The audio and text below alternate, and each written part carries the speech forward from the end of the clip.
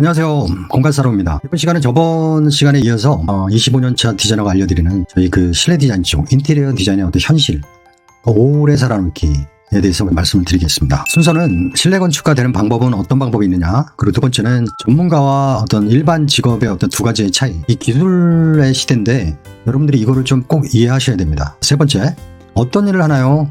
실제 적성, 연봉 이런 거를 제가 지금 국내 랭킹 1위 하는 회사의 조직도도 오늘 직접 공개를 해서 여러분들한테 좀 정확하게 좀 알려드릴게요. 그리고 네 번째, 3호 7법칙 중에 저번 시간에는 제가 3에 대해서 말씀드렸고 이번에는 5와 7법칙에 대해서 말씀을 드리겠습니다. 그리고 마지막으로는 좀 전에 말씀드린 거 회사 조직도를 직접 공개하는 걸로 시간을 갖도록 하겠습니다. 첫 번째, 되는 방법. 그리고 왜 입사 초기에 왜 힘들까요? 디자이너는 왜 그게 힘들까요? 그거에 대해서 좀 설명을 드릴게요. 실내 건축가, 디자이너가 되는 방법은 첫 번째, 대학교를 전공을 한다.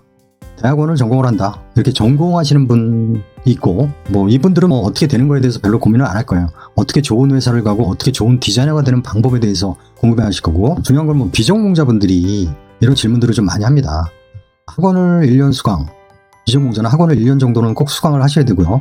국가 지원 프로그램들이 여러 가지가 있습니다. 그래서 무료로도 국가에서 지원해줘 하는 프로그램들이 굉장히 좀 다양하게 있기 때문에 그 부분에 대해서 제가 나중에 한번 설명을 좀 드릴게요. 그리고 자격증을 취득하는 방법, 요 세 가지가 아닌가 싶습니다. 저희 그 대학교 가기 위해서 여러분들이 수능이다 이런 걸 보다 보니까 사실은 디자인을 원래 내가 좋아하고 인테리어 디자인이 되고 싶다라는 생각을 해도 어떤 반대를 할 수도 있고, 나름대로 보면 금융 쪽에 가야 된다, IT를 해야 된다 라고 이런 얘기를 너무 많이 듣다 보니까 하고 싶어도 못하다 보니까 비공존자들이 하려고 하는 분들이 특히 많아요.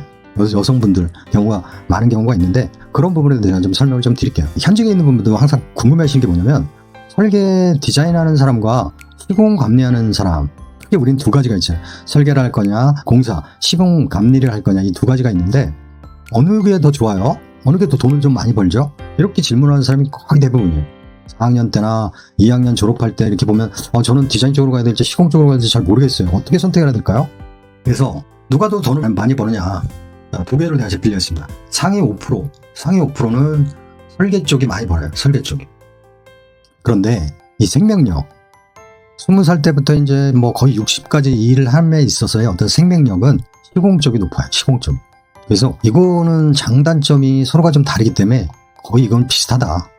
제일 중요한 거는 자기 적성에 맞춰서 디자인이냐 공사냐 이 두 개를 선택하는 게 좋다고 봅니다. 제가 저번 시간에도 한번 전문가와 일반 직업, 창업을 할 수 있고 오래 할 수 있고 독립적이다 이런 말씀을 드렸어요. 반면에 일반 직업은 40대 이후에 치킨집, 카페 이런 거 이직에 대해서 고민이 많잖아요. 아무래도 자기 스스로 기술이 없기 때문에 어떤 회사에 직장인, 셀러리맨에서 들어가는 좀 의존적인 게 많습니다. 초반이 비교가 되는데 디자인과 기술, 이 배우는 과정이라고 보는 거예요. 이 스페셜은. 왜? 아니면 창업을 할 수 있잖아요. 그렇기 때문에 그 오너가 되는 사람이 그동안 경험했던 사람들에 의해서 이걸 배우는 과정이다 라고 생각하기 때문에 조금은 열악한 겁니다. 대신에 일반 직업군은 셀러리맨 부서에 그냥 일이에요. 그러니까 그 부서가 잘 되고 그 회사가 잘 되면 같이 연봉도 많아지고 이러는 거죠. 5년 후는 독자 생존이 가능해요. 스페셜리스트는. 근데 일반 직업은 악어와 악어새처럼 어떤 회사에 조직으로 들어가기 전에는 쉽지 않은 겁니다. 창업이라는 게. 저는 한 25년 정도를 경험해 보면서 직업은 적성이 제일 중요한 것 같아요. 적성. 두 번째는 오래 할 수 있는가. 저도 이거 몰랐습니다. 옛날에는 조금 더 연봉 더 주는데 옮길까, 아니면 조금 더 직업 환경, 직무 환경이 좋은 데로 옮길까에 대해서 고민을 많이 했는데, 지금 느껴보면 오래 할 수 있다는 게 정말 중요한 것 같아요. 정말. 그래서 두 직군에 대해서 제가 라이프 사이클을 한번 그려봤어요. G는 제너럴리스트예요. 20대부터 해가지고 40대, 50대 후에는 쭉 이렇게 꺾어지죠. S는 스페셜리스트입니다. 시작은 배우는 과정이기 때문에 조금 힘들어요. 근데 한 40대 정도부터 시작해서는 이제 역전을 하게 됩니다. 왜? 이때부터는 내가 창업을 하던, 아니면 예를 들어가지고 어느 정도 팀장으로서의 고연봉을 받을 수가 있는 겁니다. 그리고 창업을 할 수 있고, 그 이후에는 계속 그걸 좀 유지할 수 있고 성장해 갈 수 있기 때문에 이 40대 이후가 좀 바뀌는 거예요. 근데 저도 몰랐고 여러분들도 지금 고민하는 부분들이 이 초반에 한 3년, 5년 정도를 못 버티다 보니까 저희 인테리어에 대해서 쉽게 포기하고 고민들을 많이 하시는 걸 제가 많이 보게 되는 겁니다. 40에서 50대가 그렇게 중요하다는 거. 창업, 프리랜서, 강사, 작가, 프로젝트 매니저라고 하는 PM을 할 수 있어요. 그리고 그 PM들은 나중에 감리회사에 60대 이후에도 감리회사에 들어갈 수 있는 거. 그리고 공간을 우리가 다루고 경험했기 때문에 공간 경험을 활용한 사업을 할 수가 있습니다. 예를 들면 부동산 개발이라든가 임대 사업이라든가 리테일 사업을 다른 직군에 있는 사람에 비해서는 훨씬 사업을 잘해요. 그래서 제 지금 지인이나 친구분들, 후배분들도 자기 나름대로 회사를 하면서 스터디 카페를 겸해서 투잡으로 한다든가 아니면 예전에는 뭐 모텔들을 져가지고 우리 드라이브인 모텔 있잖아요. 그런 것들은 디자인이 되게 중요하기 때문에 부동산 개발과 함께 만들어가는 과정, 이런 전문가들은 조금 이런 걸 접목시킬 수 있는 게 장점이라고 저는 봅니다. 그래서 초기에 디자이너는 왜 힘들까? 이거를 다르게 반증해보면 중기 7년차 이후에는 선택폭이 많아지기 때문이에요 라고 저는 답을 드리고 싶어요. 그래서 357 법칙, 자 이번 시간에 5에 대한 거, 5년차부터는 귀한 몸이 됩니다. 이 5년차 정도면 대리급 직급이에요. 가장 많이 뽑아요. 그러니까 대리급 정도면 한 개 프로젝트를 치고 나갈 수 있는 스킬을 갖고 있습니다. 또한 5년 정도 됐을 때는 좀 빠른 창업, 그러니까 저는 개인적으로 후배들한테 얘기할 때 5년 정도는 꼭 기업에서 경험을 해보고 창업을 해라라고 하는 첫 번째 마지노선이 5년입니다. 그래서 5년만 지키면 5년부터는 굉장히 귀한 몸 대접을 받는다. 세 번째, 7법칙. 7년차 정도가 되면 팀장 정도 직급을 받을 수 있어요. 회사 연봉의 어떤 선택을 회사가 하는 것보다는 이제 내가 할 수 있는, 내가 제일 잘 나가 할 수 있는 그 연차가 한 7년차라고 봅니다. 7년차. 팀장은 한 팀에 한 3명에서 5명을 관리하면서 3개에서 5개 프로젝트를 진행합니다. 또한 창업의 가장 적절한 시기가 저는 7년차 정도 되는 것 같아요. 그래서 요 3년을 우리가 버티자. 초기 5년차부터는 좀 귀하게 나름대로 연봉도 높아진다. 7년차부터는 이제 내가 선택할 수 있다. 이런 357 법칙이 저희 디자이너가 오래 살아남을 수 있는 방법 중에 3가지라고 저는 생각하는 겁니다. 자, 두 번째, 인테리어 디자인 회사의 다양한 업무에 대해서 좀 소개를 합니다. 이제 적성에 대한 얘기죠. 인테리어 회사는 이런 프로젝트를 하나 진행하기 위해서 디자인 기획, 설계, 컴퓨터 그래픽, CAD, 스케치업, 3D Max, 또 이걸 기획하기 위해서는 R&D를 통해 가지고 서포팅을 해주죠. 재료랑 마감재에 대한 것들을 같이 이렇게 코디해 주는 거잖아요. 그리고 공사 감리자가 있고요. 현장 소장을 우리가 공사 감리자라고 그래요. 그리고 공사를 하기 위해서는 견적을 뽑잖아요. 그리고 공무, 외주를 또 쓰는 거예요. 외주 업체를 쓰는 경우가 있기 때문에 외주 관리, 자재를 많이 쓰는 자재들은 일부러 아웃소싱을 합니다. 그래서 자재팀이 이렇게 따로 있어요. 굉장히 다양해요. 여러분들이 알고 있는 공사와 설계 뭐 이런 것만으로 조직된 게 아닙니다.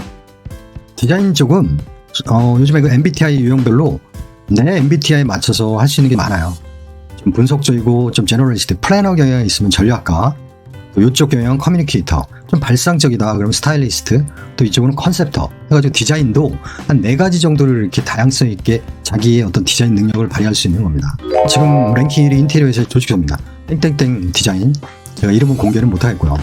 마케팅 센터, 경영지원센터라는 데가 있는 거 보이죠? 그리고 여기는 설계본부, 공사본부, 건축사 사무소가 있네요. 건축사. 자, 지역. 이건 뭐 부산, 제주, 뭐 전라, 또 해외 사업부가 있을 것 같고요. 이렇게 조직도가 지금 형성되어 있어요. 굉장히 많죠. 하나하나 제가 설명드릴게요. 직접 부서와 간접 부서가 있습니다. 첫 번째 이제 간접 부서인데, 간접 부서에는 경영지원, 전략기획, 법무, HR, 인사팀을 우리가 HR, 휴먼 리소스라고 해서 HR이라고 합니다. 회계, 총무 등등 있어요.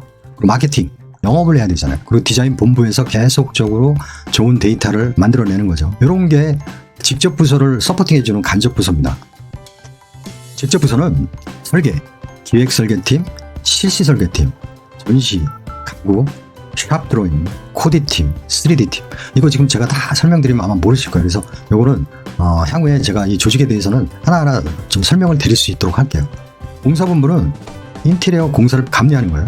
그리고 건축 부분을 감리하는 사람, 견적, 공무, 외주, 자재, 가구, 전기 설비, AS 등등 굉장히 좀 다양하게 있어요. 이쪽도.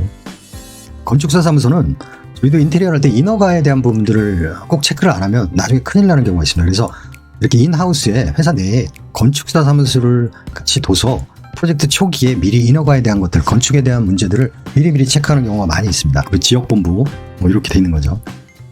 그래서 요즘 그 인테리어 디자인 적어도 랭킹 10위 안에 있는 회사의 그 특성들을 보면 인하우스, 회사 내부에 디자인과 공사, M&E라고 그래가지고 기계와 전기, 그리고 PM, 프로젝트 매니저를 디자인과 공사하는 사람이 아니라 따로 전문적인 점이 딱 중재자 입장에서 PM이 역할을 해주는 거예요. 그래서 인터그레이션 서비스, 통합 서비스를 해주는 게 최근 인테리어 큰 회사들의 특성이라고 보시면 됩니다.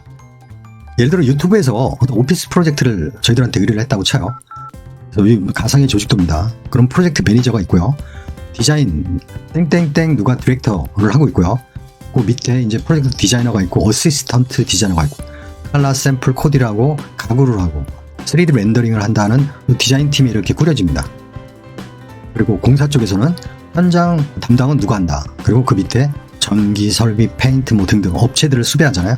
이런 것들을 담당하는 거죠. 그리고 공사를 하기 위해서 견적이라든가 공무라든가 M&E, 기계 전기 이런 것들을 코디네이션 팀. 그래서 최소 10에서 한 15명 정도가 이 프로젝트를 위해서 일하게 되는 겁니다. 단순히 우리가 디자인 공사만 해가지고 이런 프로젝트를 하는 게 아니고 유튜브에서 예를 들어 자기 사무실을 한다 그러면 40억 정도 이렇게 의뢰를 하거든요. 예를 들어서 이렇게 설명을 드린 거니까 최근에 조직도가 이렇게 된다는 걸 한번 이해를 하시면 됩니다. 전문가 쉽지 않아요. 디자이너가 초기에 왜 힘들까? 중기 7년 이후에 선택폭이 많다. 그렇기 때문에 힘들다. 제가 이렇게 반증한다고 그랬잖아요. 그래서 전문가 357 법칙 3년은 무조건 버티자. 왜? 나중이 좋다. 나중에 이 전문가라는 직업군은 처음보다는 나중에 훨씬 좋은 거니까 3년은 무조건 버티자. 좀 힘들다. 5년 차부터는 대리급 좀 귀한 을 시작합니다. 그리고 7년 차부터는 내가 제일 잘 나가. 내가 나름대로 내가 회사던 나의 연봉은 내가 선택할 수 있는 쪽으로 될 수 있기 때문에 우리 후배분들한테 인테리어 하시려고 하는 분들한테 이 357 정도만 한 내가 적성에 맞고 내가 좋아한다면 저는 25년을 했지만 참 이 공간 디자인을 했다는 거에 대해서 저는 굉장히 좋아요. 굉장히 매력 있는 직업이라고 저는 생각합니다. 자, 오늘은 여기까지 말씀드리고요. 오픈 이벤트 진행한 거 저번 시간에 말씀드렸을 겁니다. 그래서 이벤트 무료 컨설팅을 좀 해드리고 있으니까 구독자에 한해서 그래서 컨설팅은 공부 방법 취업 오늘 말씀드렸지만 어떤 회사를 가면 좋을까요 등등 그리고 리모델링 하실 분들에 대해서는 집이라든가 꼬마 빌딩 하는 부분들에 대해서 고민 많잖아요. 그 부분들에 대해서 매일 카카오톡을 통해서 진행할 예정이니 구독해 주시면 제가 멤버십 카드를 증정해 드리도록 하겠습니다. 수고하셨습니다.